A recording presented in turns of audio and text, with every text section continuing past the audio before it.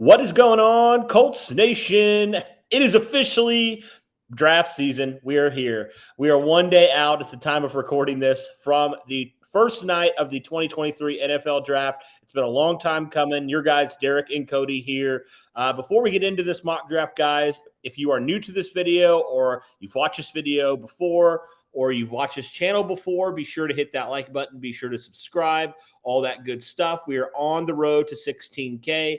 The hope is that we will get that over draft weekend. But if you're new to the channel or if you've been checking us out for a while and you would consider subscribing and liking this video, we'd greatly appreciate it. So without further ado, let's get into it. All right, the Indianapolis Colts sit here at pick number 4, and we are going to use the simulator for this to see where, oh man, this is an interesting scenario. I don't really think this is likely. Yeah, most likely would not be. So I'm going to sub out Bryce Young and Anthony Richardson. I'm going to sub Richardson and Young out.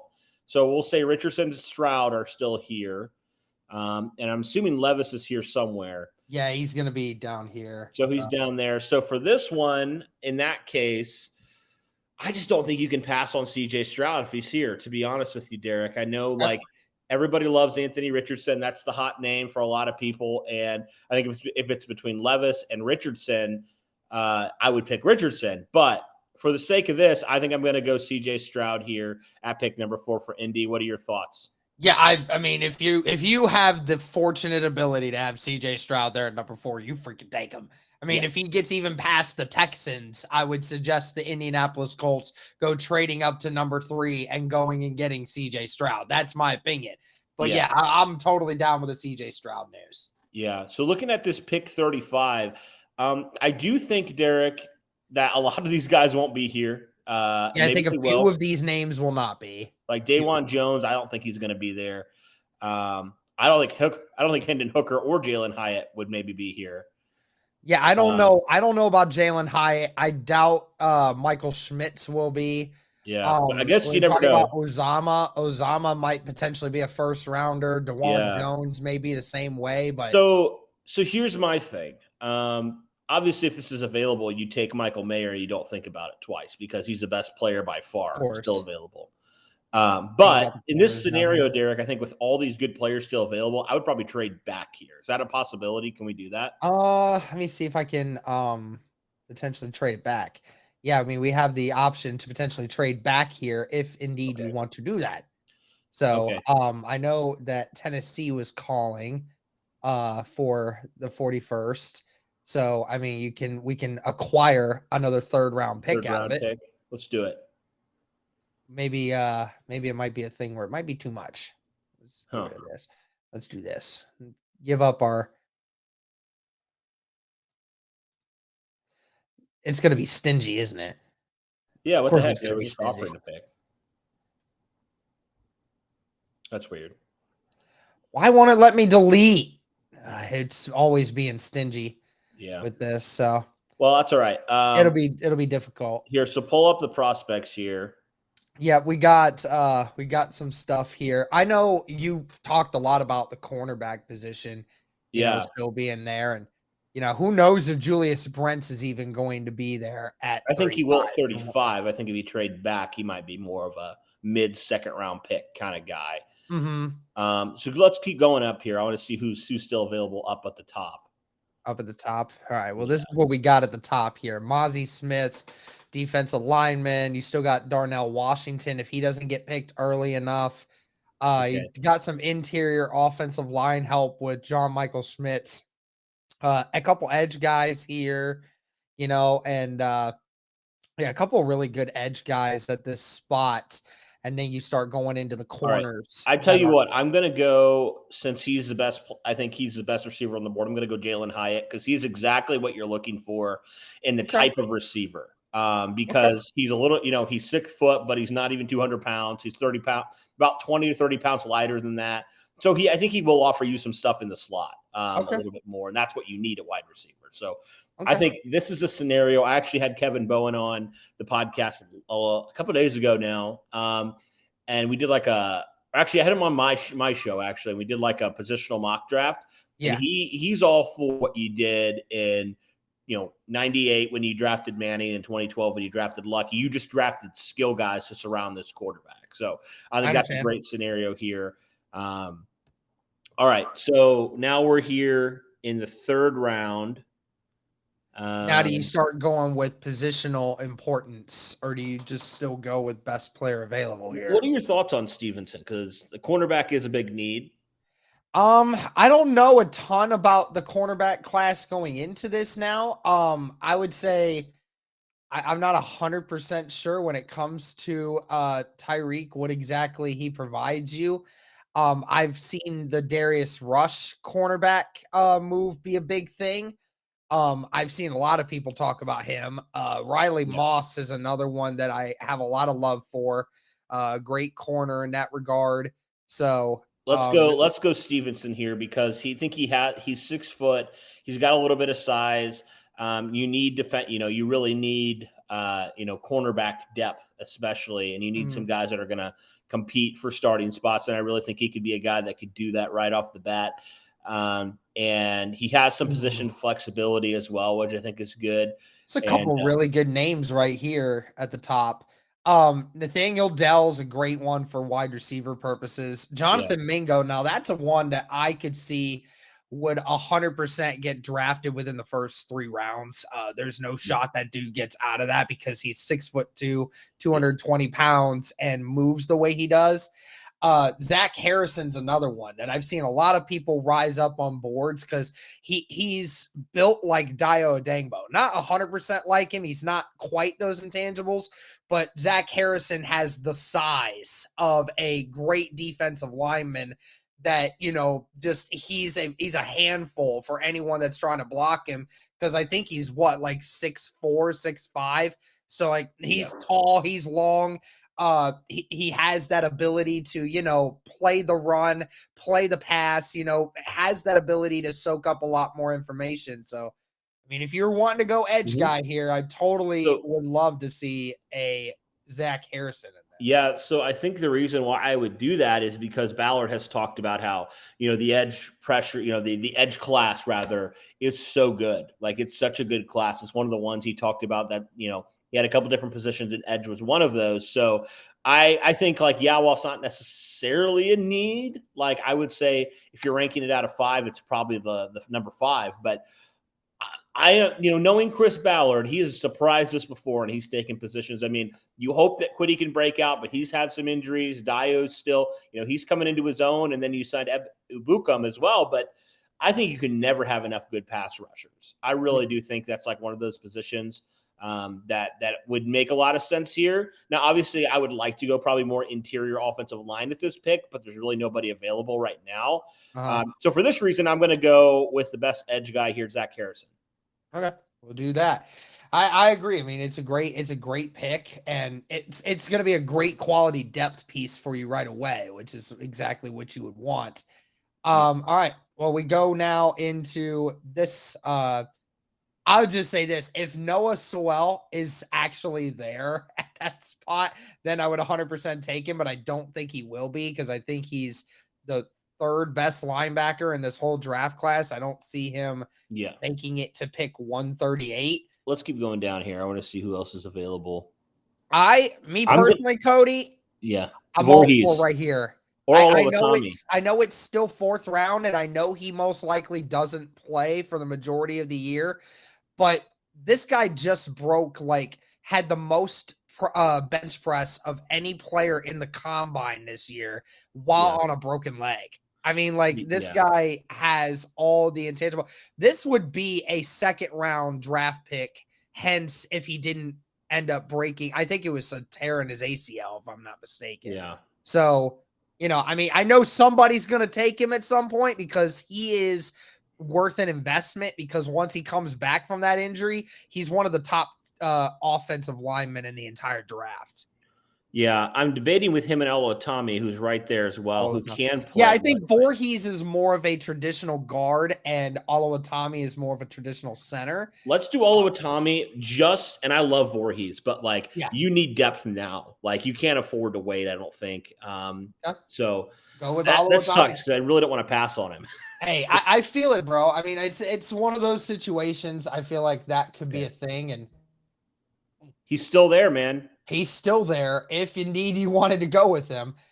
And that's to say there's not somebody that thinks the same as Chris Ballard, who's thinking, okay, this guy's worth a 4th round draft pick because of the fact that, in a year, this guy's going to be a good player on your offensive line. But this is a 5th round seen pick. guys I think it's worth investing a 5th round pick. So let's go. I know it's kind of crazy, but like this is more of like a Dayo. That's your first non-A pick when it comes to this draft so far, according to NFL mock draft fan base. I mean, it's kind of one of those things. If he was projected as like a 2nd round pick, you bet on he's going to get better. He's young. He's going to bounce back. You do kind of what you did with Dayo that first year, but it's less of a risk. I could see a Jarrett Patterson, kind of being there at that spot. If Voorhees isn't there at that spot, I could totally see like a Jarrett Patterson being another guy that they potentially. All right, let's keep going. I'm going to look to potentially add. I like the Charlie Jones pick. That's another one. Yeah. Jalen Redmond is a good one. You get that. I might want to add another corner, to be honest. Let's take a look at our corners here. Let's take a look at the corners, see who we got. We're starting to get into I've heard a lot of good things about Miles Brooks. I know where the ranking is right there, but intangible wise, Miles Brooks has a lot of good to go with him. I think the only thing is he played at Louisiana Tech, so it's kind of like a smaller school, one of those situations. But hey, listen, the last time we picked a 6th rounder from a small school out of nowhere, it was Isaiah Rodgers, and look how that has turned out for us.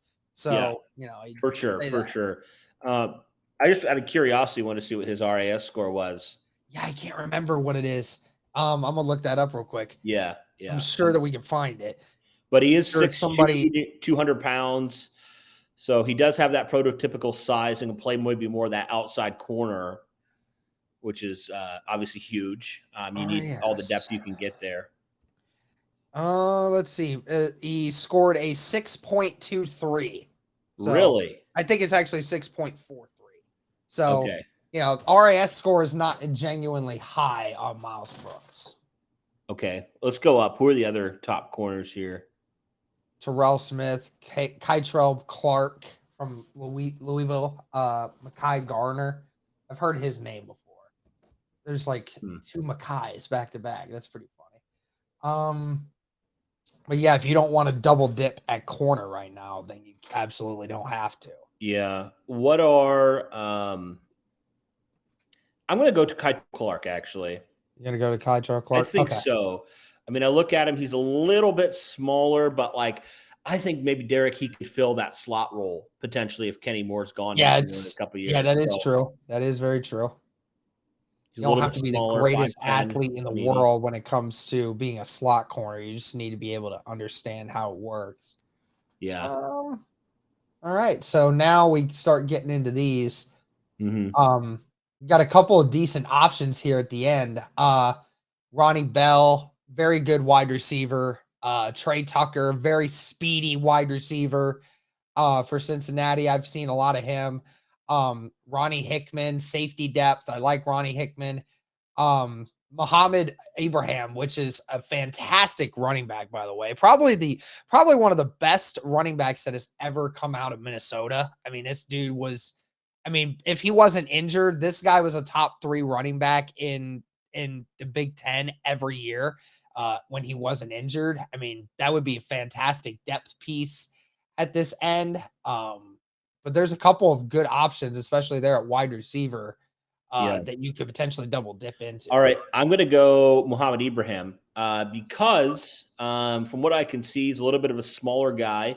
Yeah. Actually, never mind. And he's a workhorse, bro. He's a workhorse. Yeah. He's smart. He's got great eyesight. I mean, he's a great third running back that you could have. I mean, See, I wanted to add more of like a receiving back. He could definitely beat out guys at the bottom end of the Colts depth chart right now. 100% could. Now, is there And then here you any? go. You got some other ones here. Still got all those wide receivers still available. You still got chances to get some tackle depth. You got chances to add to the tight end room, which is already stacked. Whatever you want to do here, man. Yeah. Let me look at Carter Warren. To say if we're looking at some tackle depth, yeah, I wish I could say I know more about all these guys. Yeah, I'm looking here. Where is it? It's never where you want it to be. I love the Trey Tucker idea because Trey Tucker runs like at times can run a 4.3. He's that speed guy, the one that's going to take the top off of defense. He's small, but he's, that's the kind of role he plays. Ronnie Bell's kind of the same way. Raheem Jarrett's another good one. I've seen a lot of good come out of Raheem Jarrett. 100%. Oh, he's at 188 right here. He's still a suggested pick. I like Raheem Jarrett. I've seen people break down some of his film. He's really good too. Is he? Yep. So I want to go tackle. So I'm gonna because I think you need some tackle depth. So I'm gonna go Carter Warren here. All right. And that is going to be it. And it's going to end the draft right there. So ended up with CJ Stroud as the quarterback of the Indianapolis Colts, Jalen Hyatt as his second rounder, wide receiver out of Tennessee. You got Tyreek Stevenson, cornerback out of Miami, getting that corner depth. Zach Harrison, edge rusher out of Ohio State in the 4th round. Also in the 4th round, you got Agalosangon Alawatami, and that is an interior offensive lineman from Michigan. Andrew Voorhees, the interior O lineman from USC in the 5th round. Also 5th round, Kytrell Clark, cornerback out of Louisville. And then in 6th round, you have Muhammad Ibrahim, running back out of Minnesota. And 7th round, you have Carter Warren, offensive tackle from Pittsburgh. I like that draft, man. I really like it. It's good. I feel honestly like we should have tapped into corner better, especially early on, because you're still looking for those big pieces. But then again, I think everything else you've hit on the money. You got the right quarterback. You got wide receiver help. You got that interior offensive line help, which is really going to be needed for this team going forward, and adding some extra edge pressure there with Zach Harrison. I think it's all really good, man. Yeah, I mean, a couple things that I would have probably liked to do differently. Obviously, it depends how the draft board falls, but I probably would have traded out of 35 and traded back if possible. Trade into the mid-second round, you think? Probably, because there were so many guys there. I could see Ballard doing that because, like you said, there's so many good guys in that 2nd round at so many premium positions that I feel like you could trade back 10 spots and still get a really good one, and then maybe get a 3rd round pick and maybe an additional 5th, like getting those extra picks to acquire while also still getting a really good player in the 2nd round would sound like something Ballard would do. Yeah, I would have liked to add a receiving back. That was one thing I wish I would have been able to do. There's really nobody around when I was looking, because I was thinking more like day 3 type of guy. I do think in this scenario, you add a corner in the 3rd round, and you add one, I think, in the 5th round or something like that, which I think is good. I think you double dipped like you wanted to. I wouldn't rule out, though, Derek, even if you went and looked, to add some more at corner in free agency. Ballard has said as much in his pre-draft presser, so I would not be opposed to that and just really kind of reshaping that room altogether. So, I mean, you add 2 young corners here. You add a vet in there to compete with Rodgers and Kenny Moore and Dallas Flowers and those guys. So I think that is good. I think that's a sneaky thing is edge. I would have liked to add a tight end, probably just because, and I think the Colts probably will, just because of how much Ballard talked about how much he loves this tight end class and how it's the deepest one he's seen in a long, long time. So wouldn't be shocked if they did that and exchanged one of those picks for that. But yeah, overall, I felt like I got need. I got, interior offensive line. I double dipped there. Voorhees is more of a next year type of guy to compete for that right guard spot. Alawatami, obviously, for center. He's going to, be in there. I don't think he'll start, but he'll definitely compete for that backup role with Danny Pinter. And I just think you added a ton of depth, and you got a tackle there later on as well. And I think that's what you need to do because you really don't have a whole lot of depth right now with any of these picks. So, but I would not be shocked, Derek, if the Colts, those were 9 picks. I wouldn't be shocked if they had 10 or more by the time the draft ended, just because we know what Ballard loves to do. Right. Or if there's a guy that they trade up for, because Ballard said they had like 17 guys that they really, really loved and they had first-round grades on. So what if one of those guys is falling there and the Colts feel like they could trade up and go get one of those guys? I wouldn't rule that out either. But it's going to be interesting nonetheless. I think this is one of my favorite mock drafts I've done to date. So I personally don't think it's your best one. I think the first one that you did was actually my favorite. Really? Yeah, I think the first one that you did was actually my favorite. If we exclude the quarterback position, because we don't know what the heck's going to happen there. Overall, I think best wise, your first mock draft is your best one when it came to overall everything else. Okay. But I do like it. So that's going to do it for this one, guys. Let us know your thoughts on Cody's final mock draft before we finally get into the 2023 NFL draft. Make sure to check us out throughout the entire NFL draft process. We will be live streaming everything. Make sure you all check that out. Thank you guys so much for all the support. And as always, guys, go Colts.